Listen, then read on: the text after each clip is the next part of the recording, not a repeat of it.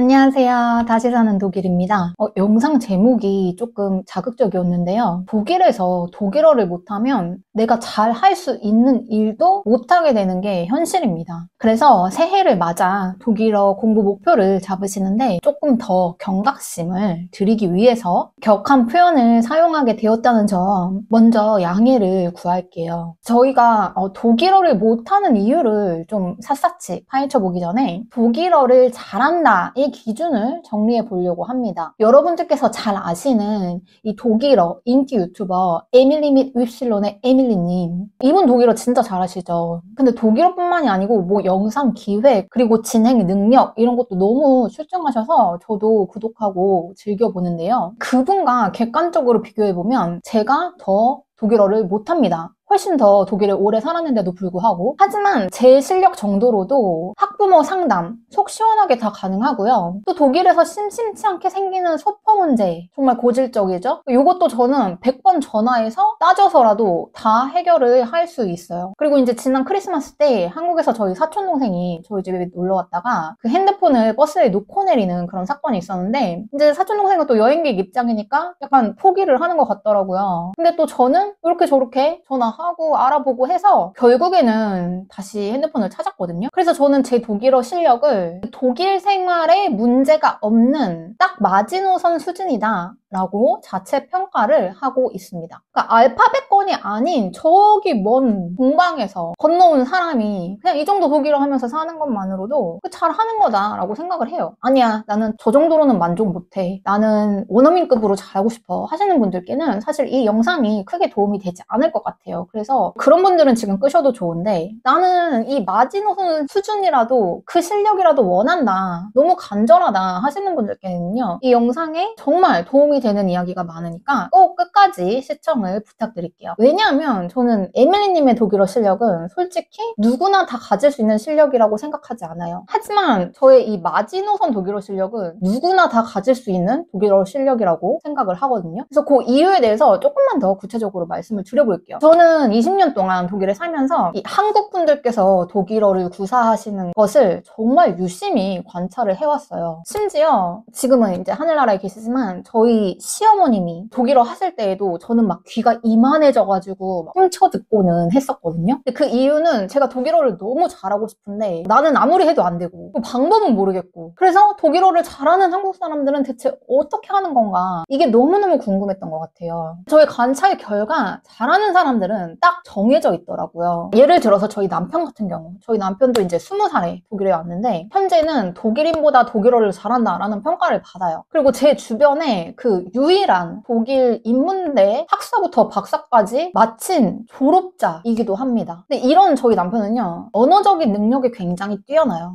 이거는 본인도 인정을 했어요. 그러니까 아무래도 자기가 어렸을 때부터 책을 너무 좋아해서 그런 것 같다라고. 그리고 이제 저희 시동생 같은 경우, 시동생은 중3 때 독일에 왔는데 이제 그나마 성인 때보다는 이제 어릴 때 오긴 했죠. 초반에는 독일어 때문에 어려움을 겪었다고 해요. 그랬는데 독일어를 아예 못하는 상태에서 한 5년 반 만에 그 독일 수능 아비투어를 패스를 할 정도로 실력이 확 늘었거든요. 본인은 이제 영어로 말하는 거를 재밌어하고 좋아했다라고 하더라고요. 그러니까 외국어 소질이 뛰어났던 거죠. 이런 부류의 분들을 유학생 때도 종종 뵀어요. 언어랑 외국어 능력이 타고나면 독일어도 잘 하더라. 이게 첫 번째 부류였습니다. 이제 두 번째 경우는요, 독일 애인이 있는 경우예요. 이 경우는 제일 빨리 늘고 제일 잘합니다. 독일어를 쓸 일이 많으니까. 이건 진짜 농담이 아니고 팩트예요. 제일 잘해요, 이분들이. 그리고 세 번째는 파워 2여가지고 철옹성 같은 독일인의 마음을 스르르 녹아내리게 하시는 이런 분들이 또 몇 계시더라고요. 독일인한테 막 거리낌 없이 친절하게 다가가서 와 이렇게 수다 떠시는 분들, 이런 분들도 잘하십니다. 근데 에밀리님 어떤가요, 여러분? 이분은 아기 때 영어 유치원에 다니셨대요. 그리고 뭐 한국에서 영어로 과외 수업을 진행하시기도 했대요. 그러니까 이게 아기 때 학습으로 인한 건지 아니면 원래 타고나신 건지 그거는 이제 저는 모르겠지만 어쨌든 외국어에 소질이 있으셨던 거는 분명하다. 이 영상에서도 보면 언어 감각이 없으신 분은 어떻게 될지 솔직히 모르겠어요 라고 표현을 하시거든요. 그러니까 이분의 어떤 그 외국어 소질적인 면은 인증이 되었다라고 저는 봅니다. 그리고 이분 남편 독일인이세요. 일상에서 독일어를 쓰실 일이 한국어를 쓰실 일보다 훨씬 더 많으실 거예요. 거예요. 그리고 요분이 노력도 엄청 하시더라고요. 최신 영상에 독일어를 잘하고 싶어서 불어까지 배우신다라고 하셨는데, 그러니까 안 그래도 타고나신 분이 환경도 갖춰졌는데 노력도 한다. 저는 진짜 이렇게 하실 수 있는 분은 손에 꼽을 거라고 생각을 합니다. 무슨 말씀을 드리고 싶냐면, 나는 에밀리님처럼 못해요 라고 막 속상해하고 자괴감에 빠지고 이러실 필요가 전혀 없다. 왜냐? 저를 한번 보세요. 저는 유학 나오자마자 한국 남친을 사귀어서 10년을 만났어요. 그리고 지금 그분과 결혼해서 9년째 살고 있습니다. 또 언어 외국어, 이 부분 저도 한국에서 부모님이 좋은 학원에 보내주셨거든요. 초딩 때 원더랜드 다녀보고, 고딩 때는 김호근 선생님 언어 다니고 막 이랬어요. 근데 수능이 2과목 다 4등급이야. 그러니까 나는 진짜 열심히 최선을 다해서 한 건데도. 게다가 기질도 파워 I예요. 혼자 있는 게 제일 좋아요. 그러니까 어떻게 독일어가 늘 수 있는 구실이 전혀 없는 거죠. 그러니까 이렇게 10년 동안 독일에 살다 보니까 그냥 자연스럽게 독일어를 포기를 하게 되더라고요. 근데 요랬던 제가 한순간에 독일어가 편해졌다면서 독일어 과외도 하고 독일어 전자책도 써서 팔고 독일어로 수입을 벌어들이고 있거든요. 그 계기는 제가 워낙 여기저기 영상에서 말씀을 드렸기 때문에 이 영상에서는 생략을 할게요. 근데 제가 이렇게 열악한 조건에서 마침내 독일어를 잘 할 수 있게 되다 보니까, 또 최근 몇 년 동안은 학생분들을 상대하면서 뭔가 인사이트를 더 얻다 보니까 한국 사람이 독일어를 못하는 이유는 딱 2가지가 있더라고요. 첫 번째는요, 독일식 표현을 몰라서 그럽니다. 독일어를 좀 잘 하려면 독일식 시스템으로 나를 갈아 껴야 되거든요. 근데 이 독일식 시스템이 뭔지 모르니까 그냥 계속 한국식 문장을 직독만 하고 계신 거예요. 이건 저도 마찬가지였는데, 제가 옛날에 한번 예배를 드리다 이 표현을 너무 독일어로 하고 싶었던 적이 있었어요. 근데 이 예배, 거테스티엔스, 이거는 제가 알겠는데 드리다를 독일어로 어떻게 말하는지 죽어도 모르겠는 거죠. 그래서 이 드리다를 뭐라고 하지? 디넨이라고 해야 되나? 막 이러면서 결국 입 밖으로 내뱉진 못했습니다. 근데 알고 보니 독일 사람들이 거테스티엔스 파이언 이 표현을 쓰더라. 그러니까 파이어는 우리가 축제하다, 축하 파티하다 이런 뜻인데, 예배를 축제하다, 이거 한국말로 너무 이상하잖아요. 독일어로는 파이언을 갖다 쓰더라. 이런 거는 우리가 고집 부리지 말고 따라 해줘야 되는 거죠. 내가 어학원에서만 독일어 배워서 어떻게 아냐는 거죠. 제가 비록 사용 빈도가 좀 적은 거를 예로 들었지만, 사용 빈도가 많은 일상적인 표현에서도 이 사람들이 즐겨 쓰기 좋아하는 표현이 존재한다는 거예요. 하다못해 우리가 막 태아민 잡고 주문하고 이럴 때에도 이 사람들이 쓰는 표현이 따로 있다는 거죠. 그러니까 우리가 발음이 조금 안 좋아도, 물론 너무 안 좋으면 안 되겠지만 완벽하지 않아도 어휘 사용만 이 사람들이 쓰는 대로 찰떡같이 사용해주면 실생활에서는 전혀 문제가 없다라는 거죠. 근데 제가 배운 대부분의 한국 분들은요, 이거를 모르시고 알고 싶어 하시지도 않고 그냥 본인 식대로 공부만 하고 싶어 하시더라. 그래서 독일어가 늘어서 잘하면 너무 좋겠죠. 근데 끝까지 독일어를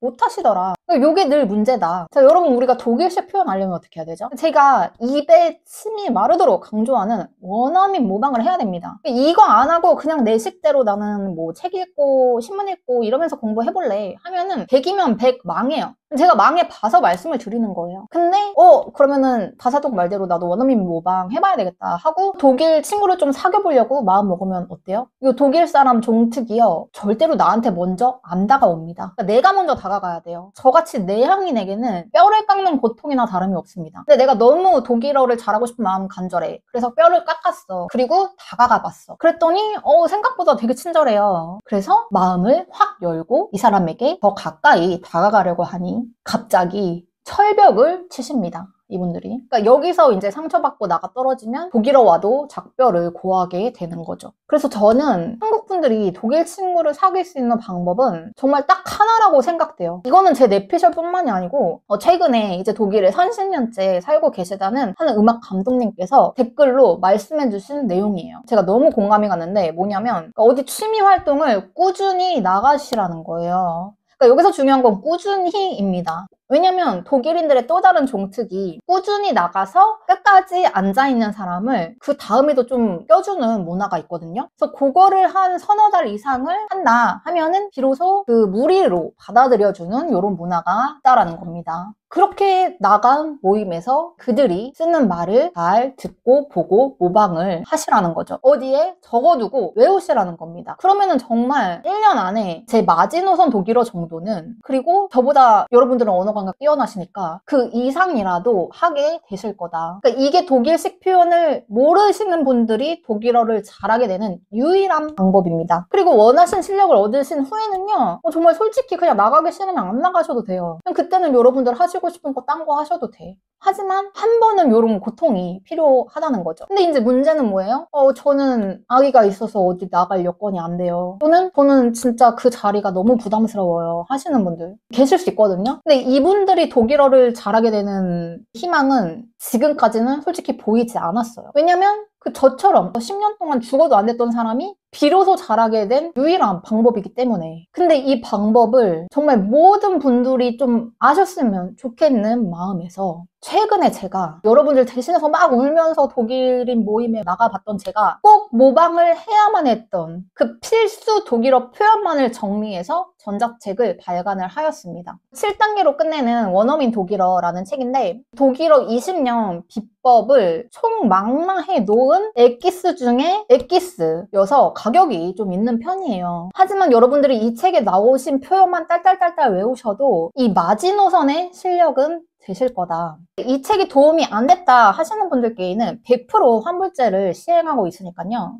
관심 있으신 분들은 이 아래 고정 댓글과 더보기에 구매 링크 참조하시면 되시겠습니다. 자, 독일어가 안 느는 두 번째 이유는요. 값만 믿고 노력을 안 해서입니다. 개인적으로 저는 이 분들 정말 부러워요. 그러니까 언어적으로 진짜 타고나신 분들이거든요. 제가 뭘 시키면은 제 마음속에 있는 정답을 말씀하시진 않아요. 근데 이분들이 선택해서 뱉으신 어휘 또한 제가 틀렸다고 할 수 없는 그런 표현인 거죠. 그래서 이분들은 어찌어찌 단어로는 대화를 이끌어 나가시는데 문법이 매우 파괴가 되더라. 문법을 알고도 내가 그 자리에서 당황해서 파괴되는 거랑 진짜 몰라서 파괴되는 거랑은 저는 천지 차이라고 생각을 하거든요. 그러니까 요 몰라서 파괴되는 경우를 저는 이 블루칼라 일을 하시는 이민자분들, 아랍권이나 아프리카계 분들에게서 많이 봤어요. 이분들이 다 독일어를 하긴 하지만 이걸 잘한다고 말할 수는 없는 거죠. 그러니까 이분들은요, 책상 앞에 약간 각 잡고 앉아서 독일어 문법 공부를 하시는 시간이 필요합니다. 독어도문과처럼 막 우리가 할 필요는 없어요. 막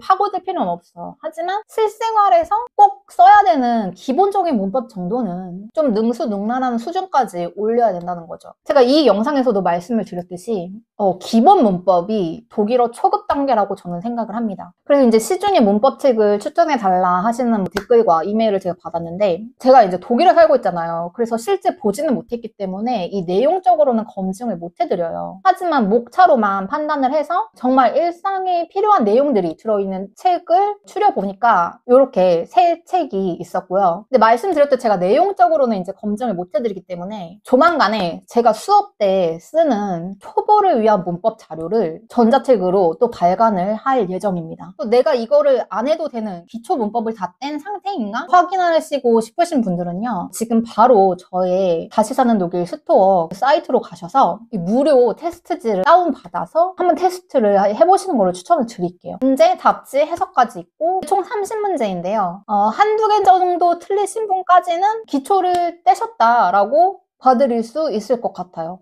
근데 그 이상 틀리신 분들은 이 앞서 말씀드린 문법책이나 제 발행 예정인 전자책을 구매를 하셔서 다시 한번 좀 제대로 훑어보시는 것을 추천을 드리겠습니다. 이 7단계로 끝내는 신년실 원어민 독일어 구매하시고 후기를 써주시는 분들께는요, 제가 이 문법책을 선착순 무료로 배포를 해드리도록 하겠습니다. 그러니 많은 참여 부탁드리겠고요. 기초문법 10가지와 7단계 신년실 원어민 독일어, 여기 나오는 표현 내 걸로 만들어도 여러분들이 독일 생활에서 전혀 문제가 없는 마지노선 독일어 실력은 될 것이다. 저 같은 사람도 가능했으니까 정말 여러분들은 충분히 하실 수 있다라고 응원을 드리고요. 영상이 마음에 드셨다면 좋아요와 구독도 부탁드릴게요. 시청해주셔서 감사합니다. Tschüss, bis zum nächsten Mal.